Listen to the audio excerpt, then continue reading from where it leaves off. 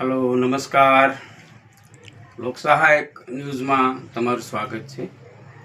मित्र एक कॉमेंट पण आवी छे अने जानकारी जीवन में होवी पण जरूरी है। मित्र अत्यारे आ समय प्रमाणे लोकोने बहारनुं बहु महत्व है। खास करीने साधु अने ब्राह्मणनी आपणे वात करशुं के भाई बहारना ब्राह्मणों छे, मथुराना ब्राह्मणों छे, इंदौर साइडना ब्राह्मण है, हरिद्वारना ब्राह्मण है। मित्र आ बधा लोको सौराष्ट्र में आवी, गुजरात में आवी, अमुक टका लोको बे हाथे पब्लिक ने लूटे छे। मैं तो मित्र एक किस्सो पण जोयेलो छे के एक मथुराना ब्राह्मण है ते तमे जाओ एटले तमने एक एम ज कहेशे खाल सर्प दोष, पितृदोष, श्रापित दोष। आ त्रण दोष में मित्र आज थी 10-12 वर्ष पहला आवेला त्यारे एनी पासे कई नतुं। 10 रुपया मूके मित्र, 10 रुपयाना माटे महत्व हतुं। पण त्रण दोषो करी करी करीने मित्र आजे छेल्ला 10 થી 12 वर्षनी अंदर घरना मकानो, 4 व्हील, एसी एस्टेज थी रहेवुं, बस त्रण दोषो, बीजू कई नहीं। त्रण दोषो, श्रापित दोष, काल सर्प दोष अने पितृदोष। पब्लिक नु पण मित्र एवुं छे के गामनो ब्राह्मण के गामनो साधु भूखे मरे। गामनो साधु अने गामना ब्राह्मण पासे तमे कार्य करावशो, तमारे खोटुं नहीं करे। हुं काम? बाप दादाना संबंधो होय, आपड़ा गामना छे, फलाणा भाईना दीकरानो दीकरो छे, ब्राह्मण एम कहेशे, साधु एम कहेशे।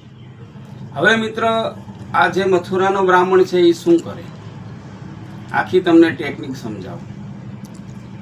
5-7 व्यक्तिने तो मैं मोकलेला के भाई तमे जाओ, काम सारूं करे। कारण के आ बधी वातो खोटी अफवाओ फैलाई ने पछी खबर पड़े के आ तो बधुं बकवास छे।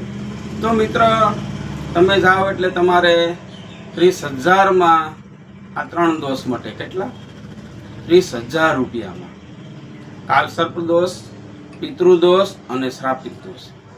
एमांय मित्र 3 नाग मगावे छे। एक चांदीनो मगावे, एक ત્રાંબાનો मगावे अने एक सोनानो मगावे। हवे मित्र जोजो कार्य पूरुं थया पछी एम कहेशे 3 नागमांथी 2 नाग तमने पाछा आपी देशे के भाई आ चांदीनो नाग छे तमे शिवजी न्या राखजो, ત્રાંબાનો નાગ તમે પાણીમાં પધરાવી દો અને આ સોનાનો નાગ અમે રાખીએ છીએ। તો મિત્રો સમજવા જેવી વાત છે। કાં ભાઈ એમ નથી કહેતા કે ભાઈ સોનાનો નાગ અને ચાંદીનો નાગ જે સાધુ મહારાજ મંદિરે હોય ને એને આપી દેજો। પૂજારી શિવ, કારણ કે ગ્રહોનો નાશ કોણ કરે? ગ્રહોને કોણ રેડી કરે? શિવ મહાદેવ। પણ એ તો એ કહેતા નથી। એ નાગ એની પાસે રાખે, સોનાનો નાગ રાખે। મિત્રો અત્યારે સોનાના કેટલા ભાવ છે આ બધું વિચારો મિત્રો, માઇન્ડથી વિચારો કે ભાઈ 3 નાગ છે તો બરાબર એક નદીમાં પધરાવવાનો, એક શિવજીને મૂકવાનો, તો એક બ્રાહ્મણ રાખે છે, મથુરાનો બ્રાહ્મણ। આપણા નહીં, આપણા તો બિચારા સાચા હોય પણ એનું કોઈને કંઈ કરવું નથી। ગામનો બ્રાહ્મણ ભૂખે મરે, બરાબર। બહારના બ્રાહ્મણો લૂંટી જાય। એ પણ બ્રાહ્મણો હોય કે ન હોય એ આપણે ખબર હોતું નથી, કારણ કે મોટા સેન્ટરની અંદર તો મિત્ર બારા બેઠા હોય છે, शिव मंदिर की पूजा करता हो, बराबर। ए कोई आपणे वांधो नथी। शुं खरेखर ब्राह्मण छे? मित्र तमारा ब्राह्मण पासे कार्य करावो, तमारा कुलदेव पासे कार्य करावो तो तमारुं कार्य पहोंचशे। बाकी तमे बारथी ब्राह्मणो बोलावो, तमारो कुलदेवने न बोलावो तो मित्र ए कार्य थोडुं तमारुं पहोंचे।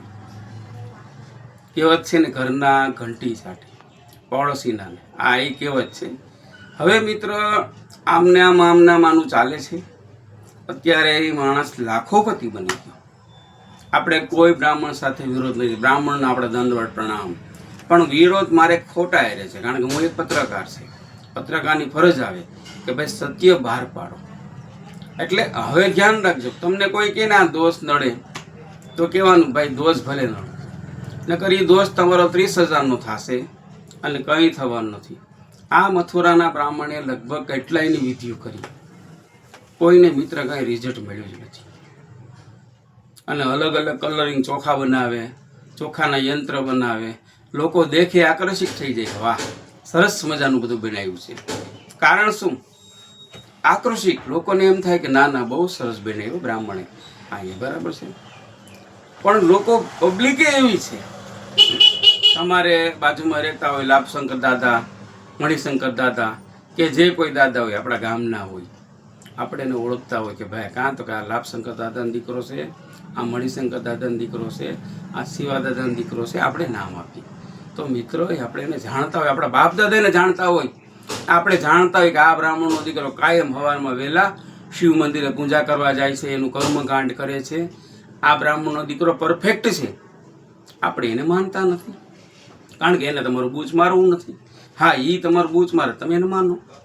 કારણ બીજું એ છે, બીજું કાંઈ કારણ નથી કે તમારા ગામના બ્રાહ્મણોને તમે કામ આપો, તમારા બ્રાહ્મણોને કામ આપો, તમારા બ્રાહ્મણોને કામ આપો, તો જ તમને તમારું ફળીફૂલ થશે.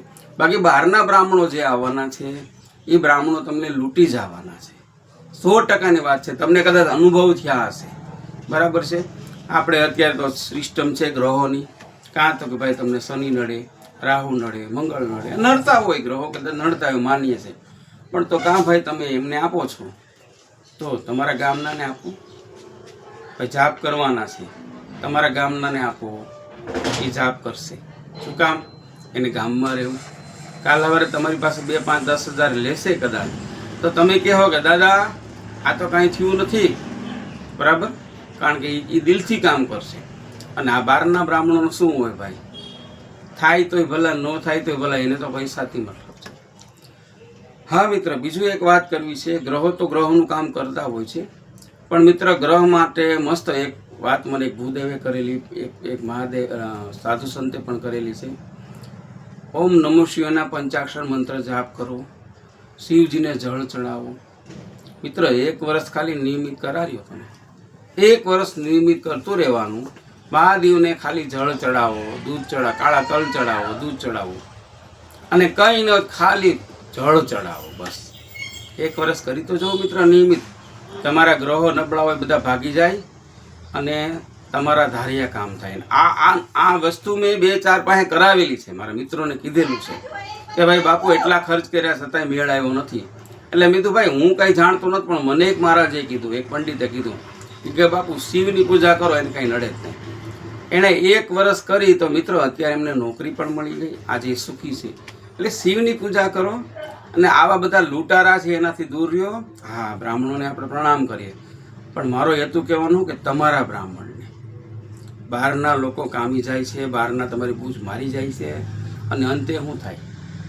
અંતે કે ભાઈ અમે તો ધામધૂમથી 3 દિનનો પ્રોગ્રામ કર્યો, 70-80 હજાર બગાડી નાખ્યા, પણ અમારા કાનાને એની દિશા રહી, કે અમારા મનીષને એની દિશા રહી, કે અમારી દીપાબેનને એની દિશા રહી. દીકરો દીકરી કોઈ પણ હોય, દિશા મિત્ર એની રહેવાની છે. શું કામ? આ બધા ઢોંગ કરતા હોય છે, નાટક કરતા હોય છે, એને તો રૂપિયા બનાવવાનો હોય છે. કાં ભાઈ સોનાનો નાગ એ રાખે છે, એટલા બધા બહુ જાણકાર હોય તો કાં ને કે ભાઈ આ સોનાનો નાગ તમારા ગામના પૂજારી આપી દો બાપુને, કે બાપુ આ તમે વેચી નાખો, રાખો, વેચીને તમે મંદિરમાં વાપરો પૈસા, નહીં કે તમને કોઈ. આ તો કથાકાર જેવી વાતો છે. કથાકાર નથી મોટી મોટી વાતો કરતા કે ભાઈ આપણે આમ કરાય, ગરીબ માણસને આમ કરાય, ગરીબને આમ કરાય. ઘણા લોકો રડવા મળતા હોય, નાટકો કરતા હોય. તો કથાકાર 50-50, 60-60, 70-70 લાખ લઈ તો કાં ભાઈ 10 લાખ એમાં ગરીબમાં વાપરતા નથી. બધી મિત્ર જે મીઠા બોલા હોય એનાથી બહુ દૂર રહેવું, બરાબર. અને મિત્ર તમને ખરેખર એમ લાગે કે લોકસહાયક ન્યૂઝના તંત્રી જીતેન્દ્રગીરીએ બહુ સાચી વાત કરી, પરફેક્ટ વાત કરી, તો મને કોમેન્ટ પણ કરો. તમને કોઈ પ્રશ્ન હોય તો કોમેન્ટ કરો, મારી ચેનલ સબસ્ક્રાઈબ કરો, લાઈક કરો, શેર કરો. જય ભોળાનાથ.